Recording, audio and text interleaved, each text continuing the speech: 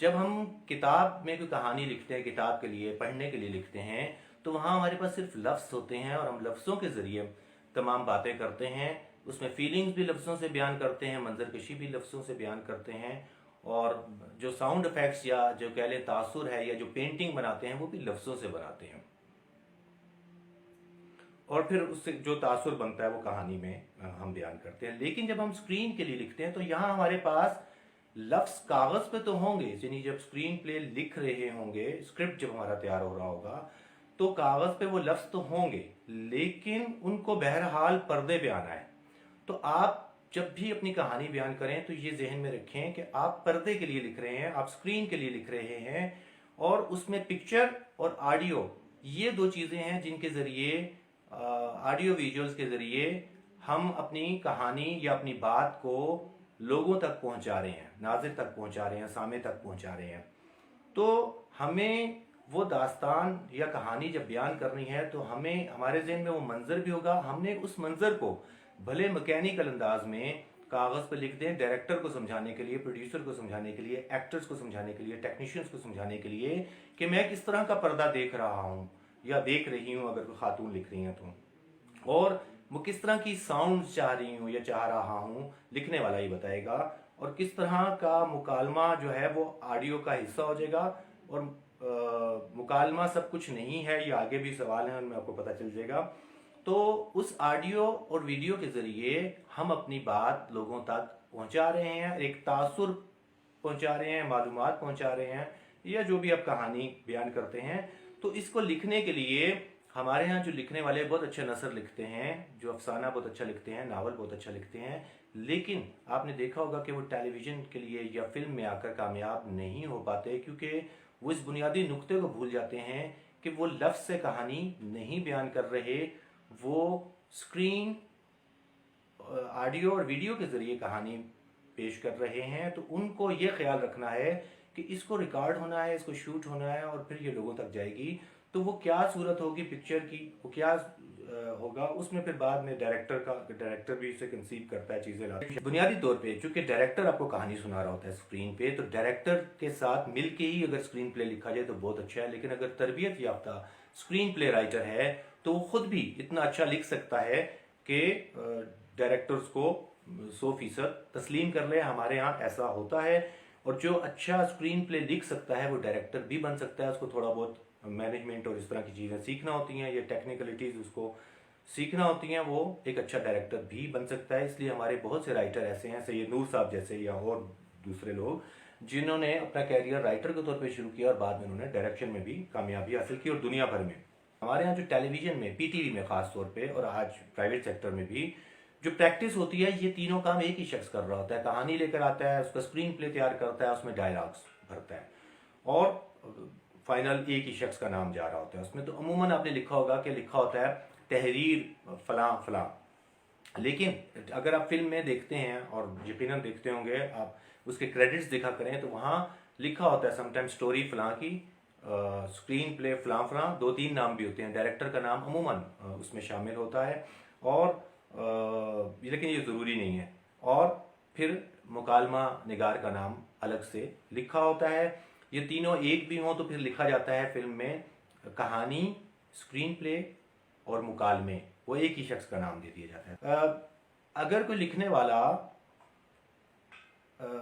खुद झांक रहा है, यानी हर किरदार में वो बोल रहा है, तो ये बहुत बुरी बात है। जब आप कोई किरदार डिज़ाइन करते हैं तो यही तो आपकी महारत, प्रैक्टिस से ये चीज़ें आती हैं आपको, कि आप उसकी एक ज़ुबान तय करते हैं कि बोलता कैसे है, ये स्ट्रेस कहाँ लेता है, स्ट्रेस पॉजेस क्या हैं इसके, और ये किस तरह का है, इसकी तालीमी सतह क्या है, तालीमी क्या है, किस माहौल में ये पला बड़ा है, ये क्या बात कर सकता है, क्या बात नहीं कर सकता। ये एक राइटर को, दास्तान सुनाने वाले को तो मालूम होना चाहिए, खा वो अफसाना लिख रहा है, नावल लिख रहा है, या फिल्म के लिए लिख रहा है, रेडियो के लिए, थिएटर के लिए।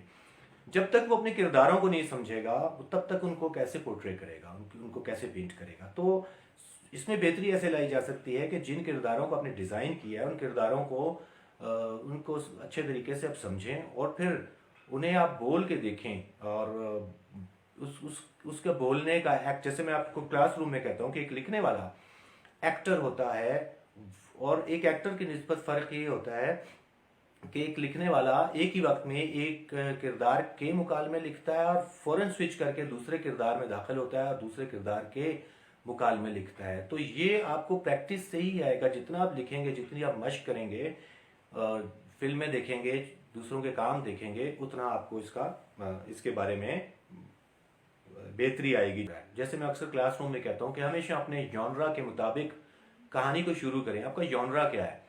सबसे पहले तो ये समझना ज़रूरी होता है कि आपका जॉनरा क्या है, यानी आपका जॉनरा, लिखने वाले का जॉनरा क्या है, ये भी बड़ी आम बात होती है। लेकिन जिस जॉनरा का आपने इंतखाब किया है, अपने रोमांस कहानी शुरू करें, कॉमेडी शुरू करें, हॉरर है, कुछ भी है, तो आपकी कहानी उसी मूड से शुरू होनी चाहिए। तो आपको उस जॉनरा के मुताबिक अपनी ओपनिंग करनी है, अपना करना है। ये मेरा ख्याल है और अक्सर लोगों का ख्याल है कि ज़्यादा बेहतर रहता है।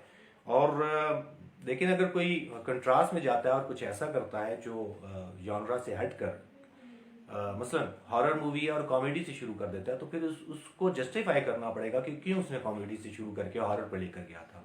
तो ये डिपेंड करता है। फिर मैं कहूँगा कि कोई फार्मूला नहीं है, लेकिन अगर फार्मूला समझ लें तो हम ये समझें कि आप अगर खाना खाने जा रहे हैं तो आप किसी रेस्टोरेंट में बैठते हैं तो आप एक जहन बनाते हैं, मुझे क्या खाना है, किस तरह है, वहाँ पे आपको खुशबू आ रही होती है, तो आपका मूड बन रहा होता है खाने का। और ऐसा भी हो सकता है कि आप खाने के लिए ना गए और आपके सामने खाना रख दिया जाए। तो इस सिचुएशन पे डिपेंड करता है आपने किस तरह कहानी को, लेकिन कोशिश कीजिए अपने जॉनरा से शुरू करें। दूसरा मरला, आप जब आइडिया कहानी आपने बना ली, क्या है प्लॉट, किरदार, और उसके बाद आपका स्क्रीन प्ले, इसको तकसीम करना मनाजिर में और मुकालमा लिखना। मेरी नज़र में तो नहीं है कोई फार्मूला कि हम ये कहें कि ये, बल्कि हमारे एक टीचर कहते थे कि ये जो टिप्स लेते हैं, ये टिप्स बेसिकली ख़राब करती हैं आपको, ये आपको बनाती नहीं है। तो फार्मूला तो कुछ ऐसा नहीं होता कि हम कहें कि फलां को यूं कर लेंगे तो ऐसा हो जाएगा। हो सकता है एक कहानी में आपको किसी और तरीके से आप लेके चल रहे हैं और दूसरी कहानी उतने ही किरदारों की और आपको किसी और तरह ट्रीट करना पड़े। तो कोई एक चीज़ तो नहीं है, वो तो चीज़ें देखने के बाद आप तय करते हैं, अपना सेटअप देखते हैं, अपने सेटअप क्या बनाया हुआ है और किस सेटअप से आप लेके चल रहे हैं। हम जब लिखते हैं टेलीविज़न के लिए तो हमारी प्रैक्टिस है चूँकि ऐसी लिखने की कि हम एक ही वक्त में उसके पहले सीन से दूसरे और तीसरे से फिल्बदी लिख रहे होते हैं जब हम कई बार, और उसको तरतीब से लिखते चले जाते हैं। कई बार ऐसा होता है कि हम ग्रुप की सूरत में बैठते हैं, प्रोडक्शन में प्रोड्यूसर, कंटेंट टीम बैठती है, डायरेक्टर्स बैठते हैं और वो डिस्कशन करते हैं कि कहाँ से सीन शुरू करेंगे, कैसे करेंगे। चूँकि टीम वर्क है तो ये डिस्कशन बहुत अच्छी अहम रहती है, क्योंकि सारे एक पेज पे जब तक नहीं आएंगे तब तक प्रोडक्शन अच्छी नहीं हो पाएगी। और फिर आप उसके सीन्स तय कर लेते हैं और आखिर में उसमें मुकालमा ऐड करते हैं। तो सीन्स की तरतीब होती है, मुकालमा उसमें नहीं होता, और ये बेहतर तरीका है। मैं इसके हाथ में हूँ, लेकिन हमारे यहाँ ऐसा कम कम होता है और फिल्म में ऐसा ज़्यादातर होता है। ऐसा होना चाहिए। ज़्यादा अच्छी प्रोडक्शन डिस्कशन से निकलती हैं और टीम के तौर पे हम जब चलते हैं तो सबको शुरू में पता चल जाता है कि ये हमने क्या मिल के बैठ के सोचा था और क्या मूड बन रहा था और किस तरह हमने लेके चलना है। ये बहुत फ़ायदेमंद होता है।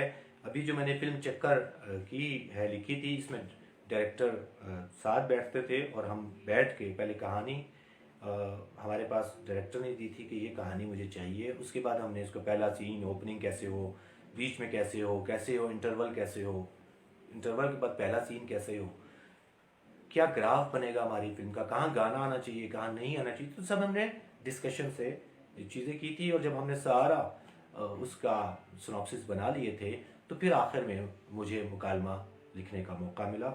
तो ये डिपेंड करता है बहुत सी सूरत हाल में कि अगर आप सोच रहे होंगे कि हम तो अपने घर बैठे हैं, तो आप ऐसे ही लिखते चले जाएं, आप सब कुछ लिख लें अपनी टीम में। उसमें ये भी हो सकता है कि आप प्रोडक्शन हाउस कोई आपसे स्क्रिप्ट ले और एज इट इज़ उसको कर दे, और हो सकता है कि वो आपको से चेंजेस करवा लें कि इसमें ये तब्दीलियाँ कर दें और इसको यूँ नहीं यूँ कर दें। तो शुरू में आपको ये मेहनत करना चाहिए, खुद से लिखना चाहिए, और इससे नहीं घबराना चाहिए कि जी मैं लिखूंगा और मुझसे दोबारा काम करवाएंगे।